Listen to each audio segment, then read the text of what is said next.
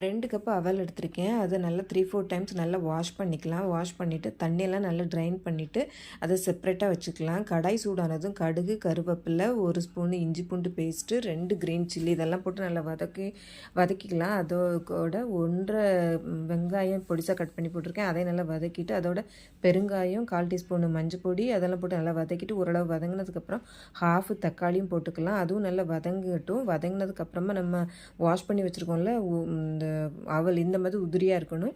அதையும் போட்டு நல்லா மிக்ஸ் பண்ணிக்கலாம். தேவையான அளவு உப்பு போட்டுட்டு அதோட 1/4 கப் மாதிரி வந்து நிலக்கடலை இருக்குல்ல, அதை வந்து நல்லா ட்ரை ரோஸ்ட் பண்ணி தோலெல்லாம் நீக்கி வச்சுருக்கேன். அதையும் போட்டுட்டு நல்லா மிக்ஸ் பண்ணிவிட்டு இறக்கிக்கலாம்.